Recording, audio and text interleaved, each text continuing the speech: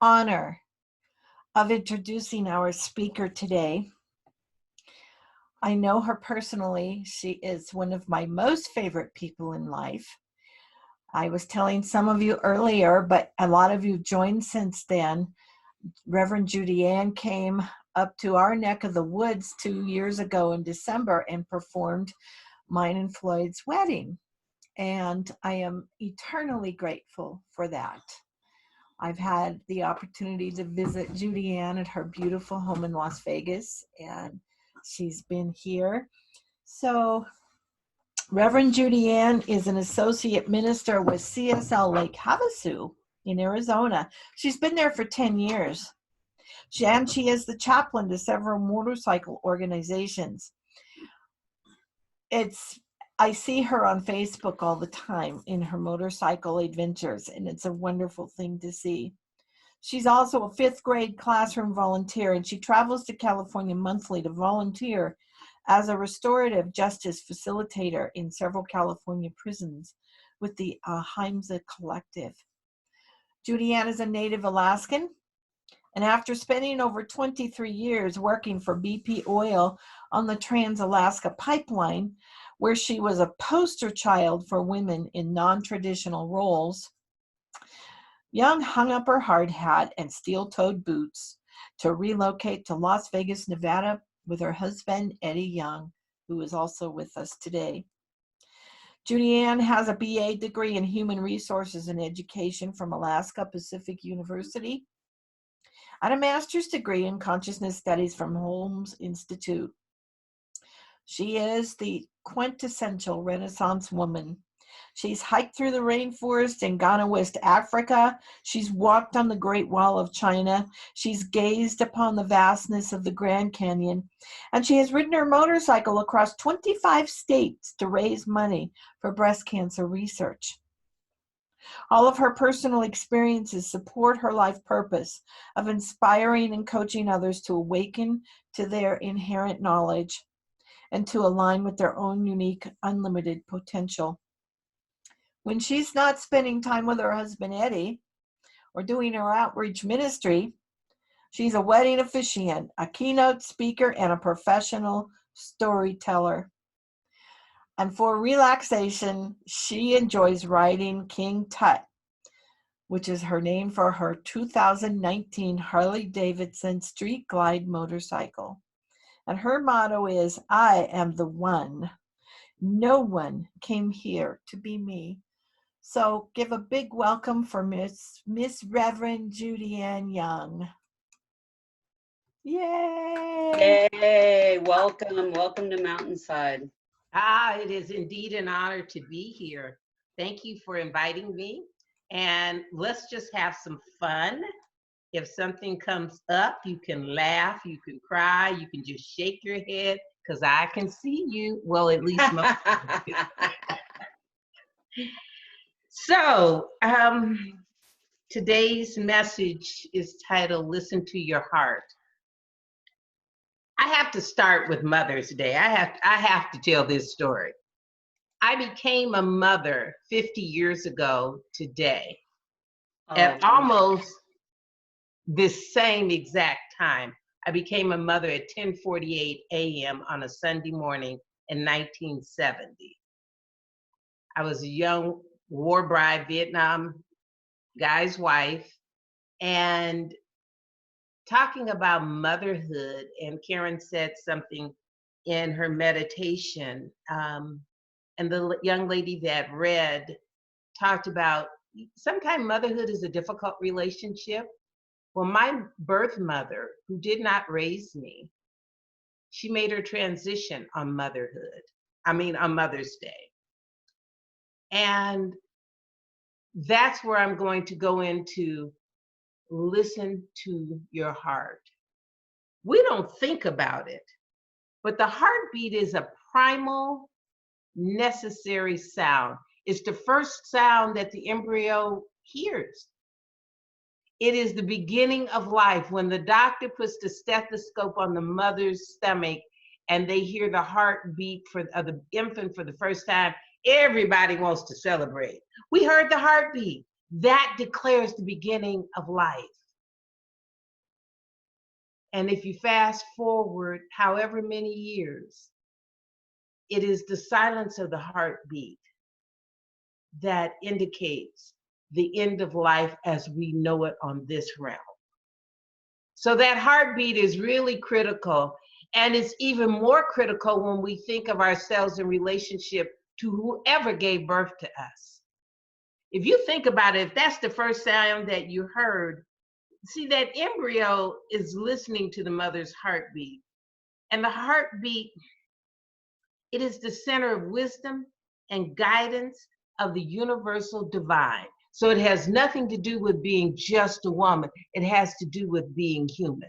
We all have that divine feminine energy flowing through us because that's life. That's the balance. You have to have some of the male and the female.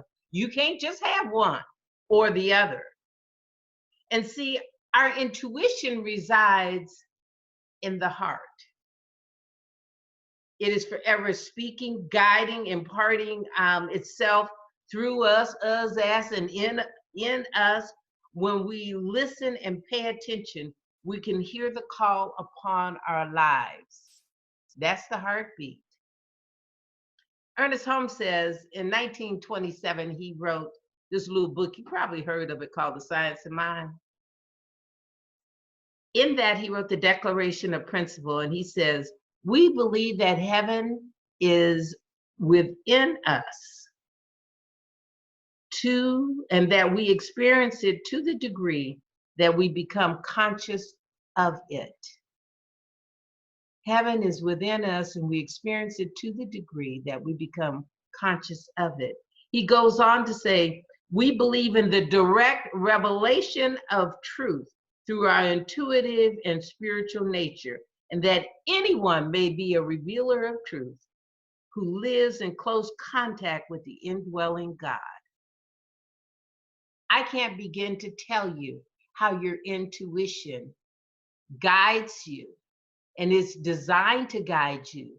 But what gets in our way is we live in a world that is so full of distractions and clutter and all this other stuff going on. I remember as a small child, I was real talkative. I mean, I was on a scale of 1 to 10, I was like 15. And sometimes my mother would tell me, just go sit over there and be quiet. And I would sit there. And it was always in the quietness that I could hear my heart beating. And right now, I feel like Mother Earth has sent us all to our room and told us, just go sit over there and be quiet and think about what you're doing. That doesn't make it bad. It just means we are in timeout. Now, I don't know about you, before they had a term called timeout, my mother would make you stand in the corner, just go sit over there and be quiet. And anyone else have that go stand in the corner syndrome? Yes. I knew this was my generation. We remember things like that. But it's only in the quietness that you can tap into your intuition. You can't listen if you're always talking. You've got to be quiet. That's where the spiritual practice of meditation comes in. Things come to you in the silence. God is not going to talk over you. It'll speak through you and it'll speak as you, but it's not going to argue with you for your limitations. It's not going to speak over you trying to get your attention. You have to be willing to listen and be empathetic with yourself. In the book by Mark Nepo, and the name of the book is 7,000 Ways to Listen, he talks about the still point. And the still point is that point of where we accept the things that are happening and them passing through us. That's the still point. See, right now we're at the still point because all of us, none of us are having what we had before. We're all in that still point. We're accepting the things that are passing through us. Now we can accept it gracefully or not.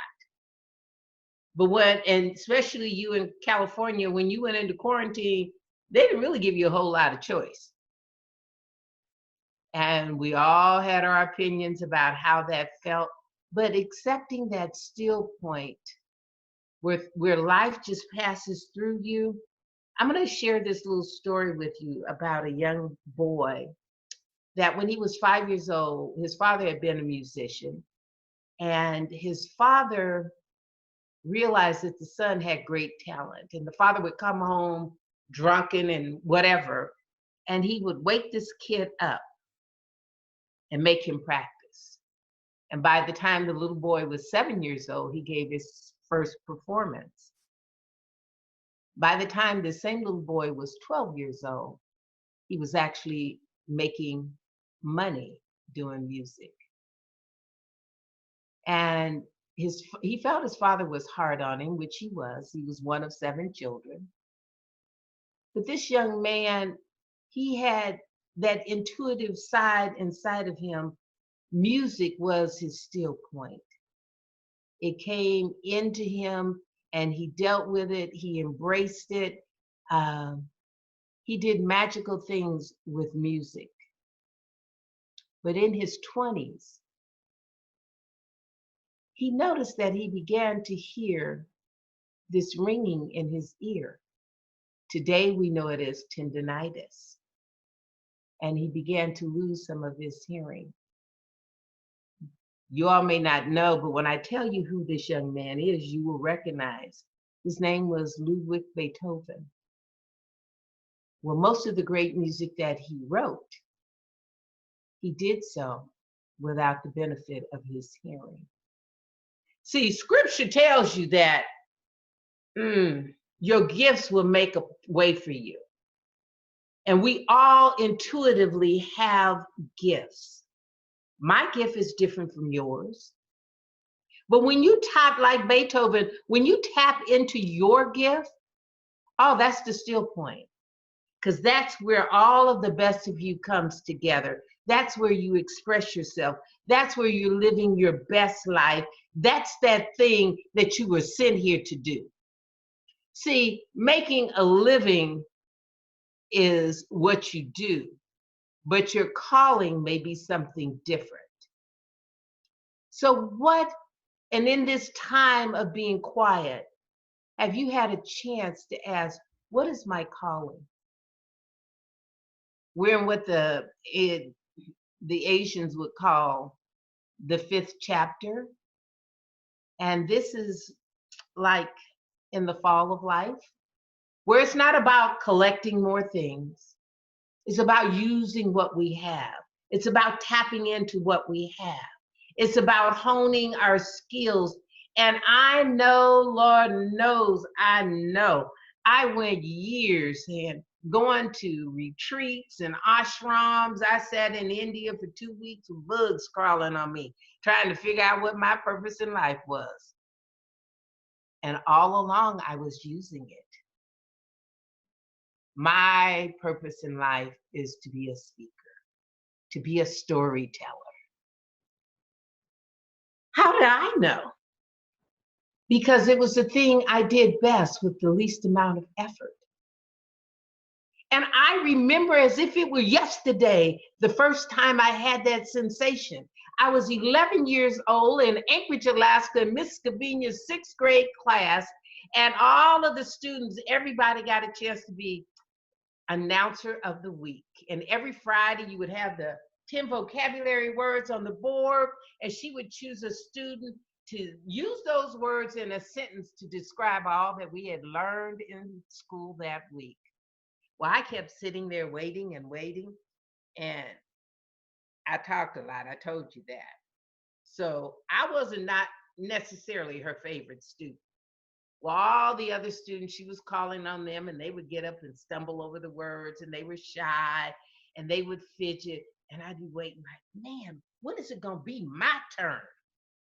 And she had a little toy microphone. It wasn't connected to anything, but I saw Billy and Ray and Jennifer, they would hold this toy microphone, and I would sit there and think, when is it going to be my time? Toward the end of the year, baby? She messed up and called my name. Oh my goodness. I took that toy microphone. I not only gave all the words for that week and used them in a sentence as I sashayed around the class, pointing out different things that we had discussed. I went back and did the week before. She was trying to unplug a microphone that wasn't even plugged in. I had tapped into my gift. I went home and I was on such a natural high.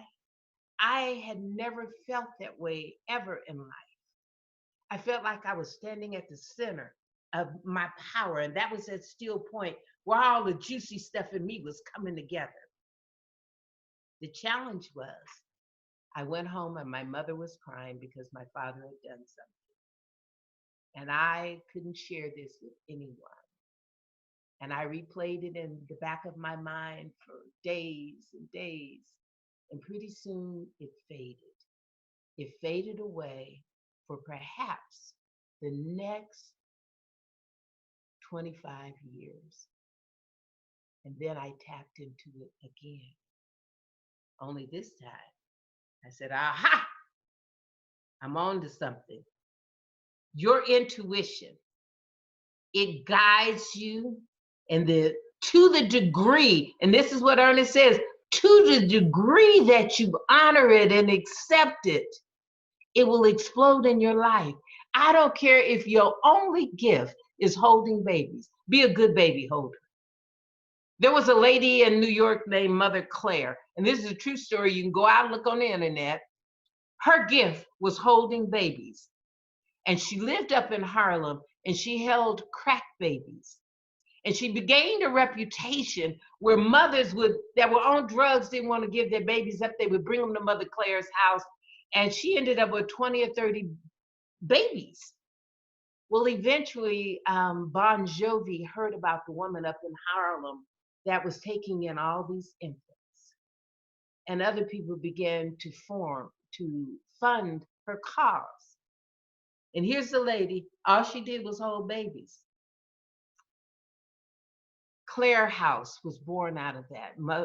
Mother Claire, her daughter went on to college and got a degree. And Claire House was born out of a woman whose only intuitive gift was to hold babies. We all have a gift. It may not be like Beethoven. It may not be like me. You may have a gift that is knitting, drawing, landscaping, growing a garden. You may just be an empathetic ear. And Brene Brown talks about in Dare to Lead, she does a beautiful story on empathy. That is one of the most underutilized gifts we have on this planet. We don't need you to sympathize. Now, sympathize is you see me in a hole and you jump down in the hole with me. No, we don't need you to sympathize. We need you to empathize. See me in a hole. You cannot fix it, but you can say, I'll get you help. Let me find a ladder. Do you see the difference between sympathy and empathy? Brene tells the story of having an emotional breakdown in an airport, and her assistant could not fix it. And the breakdown was, it was her daughter's last soccer game of the year in high school. And Brene had these big posters made, and all systems were a go, and they canceled her flight. And she melted down in an airport. And she said the empathy that she saw her assistant display was unlike anything she had ever witnessed. She didn't say, oh, you poor thing. Oh, it must be awful. She said, I know, it sucks. Oh, we get to experience how to use empathy. When someone loses a mate, we can't stop that. But intuitively, we can just be present. Just show up. And allow your intuition to allow you to sit there in the uncomfortableness of that silence. Mother Teresa said it best. She said, God speaks in the silence of the heart. During the last 2 months, we've all had plenty of opportunity to be silent, to listen. And we've had all of that familiarity stripped away. And there is a quote that says, let me think of how to phrase this. Once your mind has been expanded, you can never go back. See, we cannot know what we now know. People say, well, I just want things to return to normal. Do you really? Do you really want to smell all that smog and fog? Do you really want people to be inconsiderate? Do you really want broken school systems to resume the way they were? Do you really want to look at a bunch of Hollywood icons and think, oh, how important they are? Here's the deal. Essential. That's a powerful word today. What is essential? For us, what is essential? Oh, we tap in intuitively and we know what we need. Oh, we need some groceries. Those people are essential. You notice all those people that we've adorned and all the things that we thought were important, they're not near as important as we thought they were. And this is the still point where it all comes together. And now we can be still. If you have not thought about what is yours to do in this 5th chapter of life, today is a great day to ask your soul, what are you calling forth in me? What do you need from me? How can I be a better me? And sometimes we think, well, I've done all that I want to do. I'm just in retirement. I'm here to tell you, if you woke up this morning and the body was still warm, you're not retired, baby. Now you can sit on the bench and say you retired. You still here? There's a purpose. There's a reason. All of us, and this is back to that intuition. What are we giving birth to? Every man, woman, and child is continuously giving birth. And birth, we go to the hospital, we look at the mother, and we say, oh, she had a hard labor. No, the baby, that which is being born, is what's struggling. Do you know that's the most traumatic time in an infant's life, is coming through that birth canal? Also, it's the greatest gift. Our struggles are our greatest gift. This is a medical fact. One of my best friends was a medical doctor. And I talked to him about what happens when a woman gives birth. And he said, we've gotten lazy. We do C-sections because we can make more money.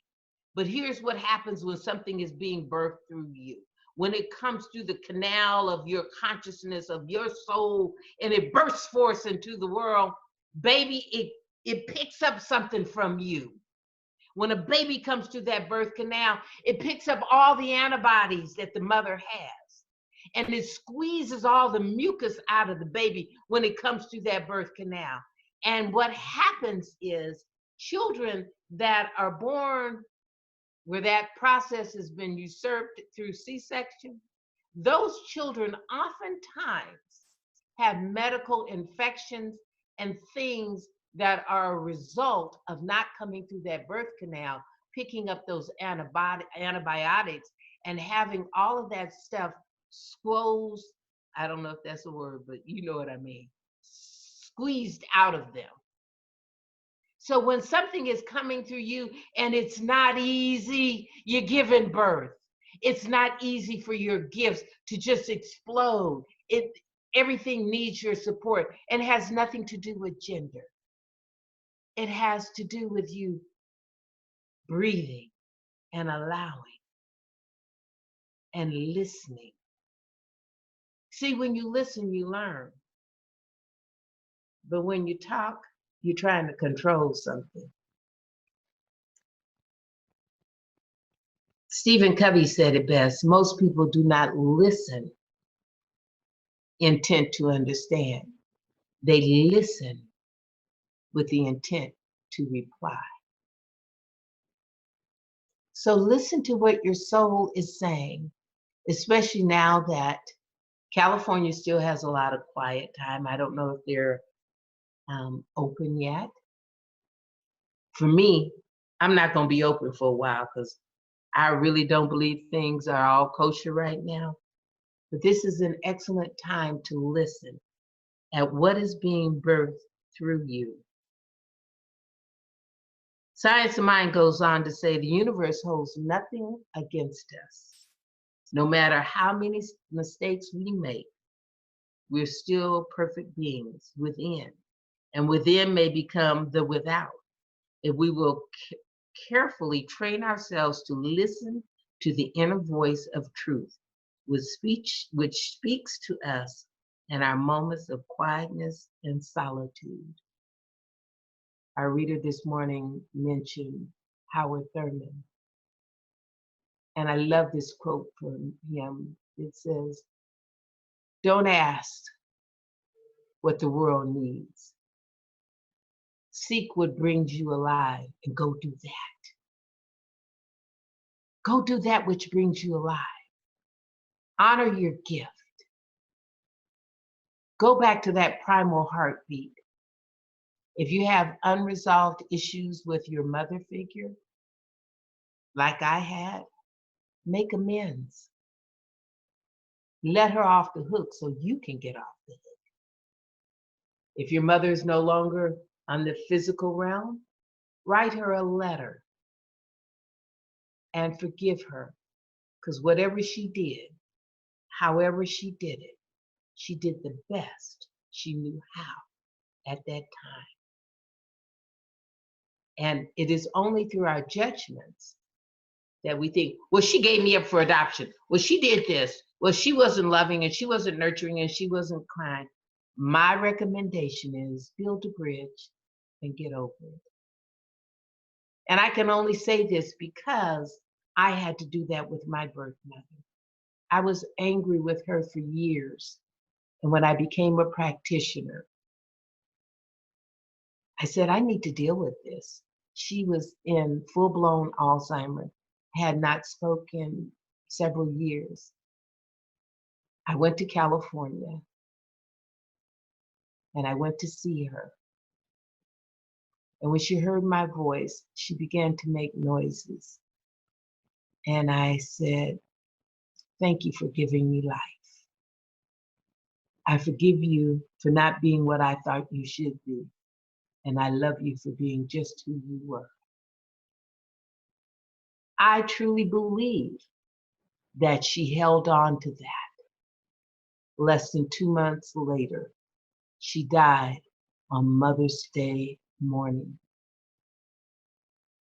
What happened was she had a roommate, Miss Brown, and I wrote my number in the front of her Bible and I said, if anything ever happens to my mother, please let me know. Because I wasn't on any of my mother's records at this facility.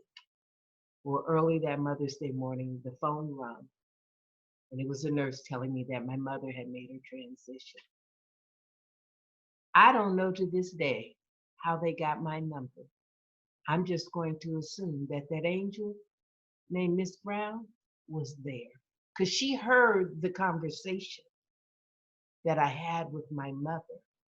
And that was my intuition that told me, you need to clean this up. You need to heal this. You need to go do your work because you can't stand in front of folks if you got this hanging over your head, this resentment, this anger, this unforgiveness. So I tapped into that. And what I say to you, if you weren't the perfect mother, forgive yourself. If you aren't using your gifts, give your permission to use them. You don't have to be perfect. You just have to be you. If you say, I don't know what my gift is, I could spend a day with you and I could peep your gift. because your gift is that thing you do most naturally. You do it, it's so natural to you, you don't even know it's a gift. It might just be organizing. God only knows that's a gift. You want to look at my kitchen cabinet? It's a gift I don't have. So thank you for allowing me to be here. I have a lot of other stuff I was supposed to tell you, and I told you some things that were not written on these multitudes of paper. But I'm going to leave you with an affirmation.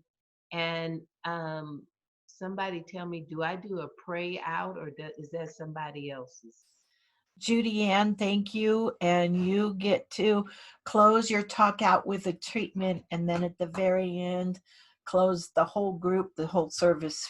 And I'll tell you when you do that with an affirmation. So it's a treatment right now.